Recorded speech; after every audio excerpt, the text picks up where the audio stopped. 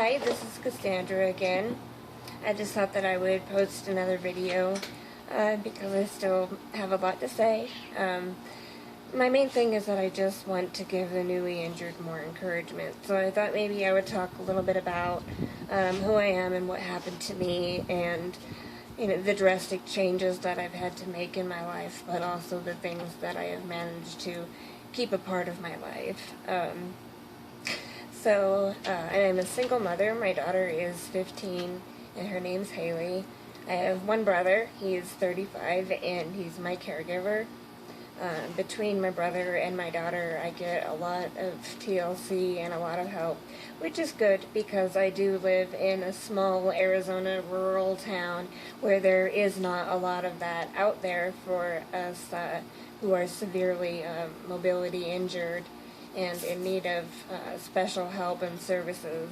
I do have a nurse and a CNA that come and see me and check things out and make sure that I'm doing okay, but it's been my family, and by that I mean my brother and my daughter, who have really been my hands and feet since I lost mine. Another very important person in my life is my best friend Heather. She was driving when we got into the accident, and she was also pretty badly injured, although not paralyzed like me. It's been 2 years and 4 months now, almost exactly to the day, since I was injured. So Heather and I were driving, and we ended up flipping the vehicle. It was nighttime. We were both upset. It was actually following the funeral of her brother-in-law and one of my dearest friends, Victor, and so we were both having a really hard time. But we were okay right then, but there was a man, and he was on foot, drunk, chasing us through the trailer park after we dropped some people off, and he was distracting both Heather and I, and we didn't know what was going to happen until it hit us. When the car flipped over and when I was in the air, I remember looking at Heather and seeing her upside down.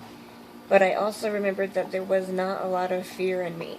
I remember thinking, oh, it's going to be such a pain in the butt to have to find a ride back to the barbecue, which we were having with her family and her in-laws. I never thought that something terrible was going to happen. I swear I have been in so many car accidents, and several that have been my fault, but I have never been seriously injured, so I never believed that this was going to happen to me. But as soon as the vehicle came to a rest and I realized that I could not move, I knew that I was paralyzed. Several helicopters landed in the soccer field nearby, and they airbagged us out of there. I was taken to Scottsdale, where I stayed in ICU after a surgeon actually kind of put a cage around my C3, C4, and C5 vertebrae to basically to save my life and to hold the stability in my neck. I didn't know while I was in the ICU that I was not going to be going home and gaining feeling anytime soon.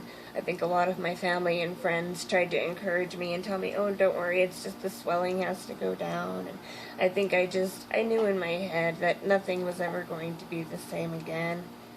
And I tried to start accepting that right away, and I was just like, okay, at least I'm alive, While I was in the nursing home after ICU, it felt like I had just been sent somewhere to die. I did not feel like I was ever going to be better. I didn't ever see myself up and about and on the go and hanging out with my friends again. And I thought all of that was over for me. I knew that my career being an ironworker welder, which I've been for 10 years before my accident, I knew that that was not going to be something that I could do again.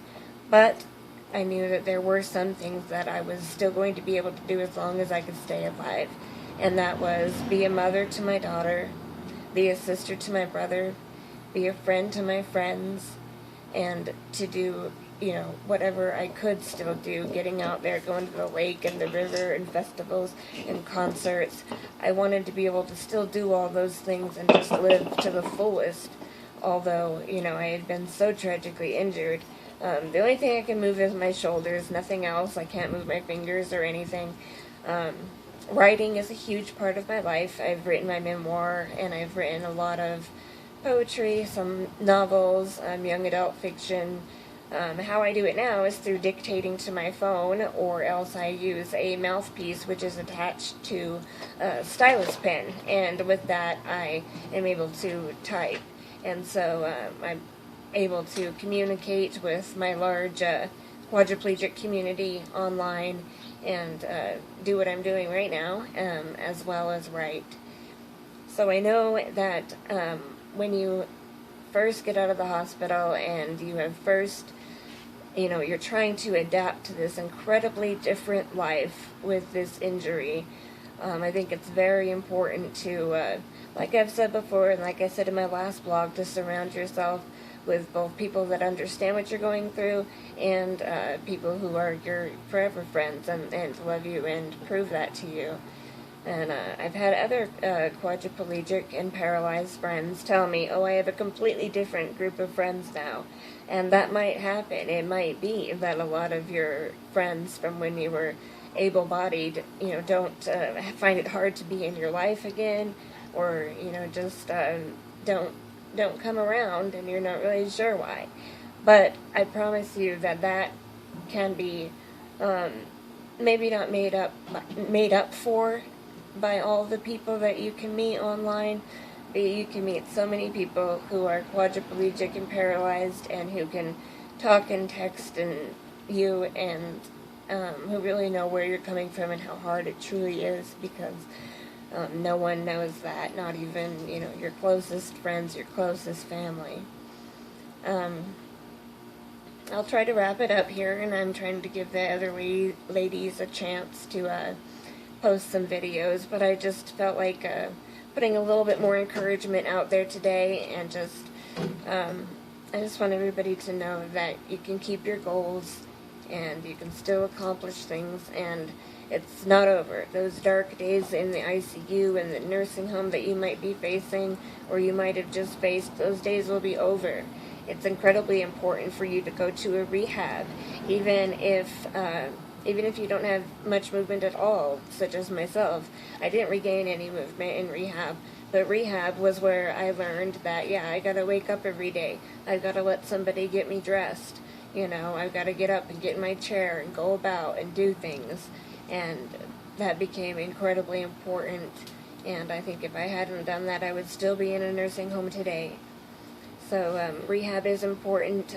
I can't even explain how bad my brother had to push my insurance and just try so hard to get me into a good facility, but then I did, and I was able to go to Banner University Medical Center, and there my physical therapist and my occupational therapist, along with doctors, nurses, there I began to find that I was going to have a lot of hope, and they were able to teach my brother a lot of things to help me. So you can make it through the nursing home, make it through the rehab, and you can live independently as long as you have a support system of some friends and some family. And you can still do a lot of exciting and fun things too, which I do try to do despite the fact that I have a lot of pain. But I'll close now, and I just want to say I love each and every one of you that I haven't even met yet, and I'm just hoping that my videos and the videos of my other quadriplegic friends that post on Quad Ladies Unite, I just hope that we can be of some help and encouragement and hope for you guys. Much love. Talk to you soon.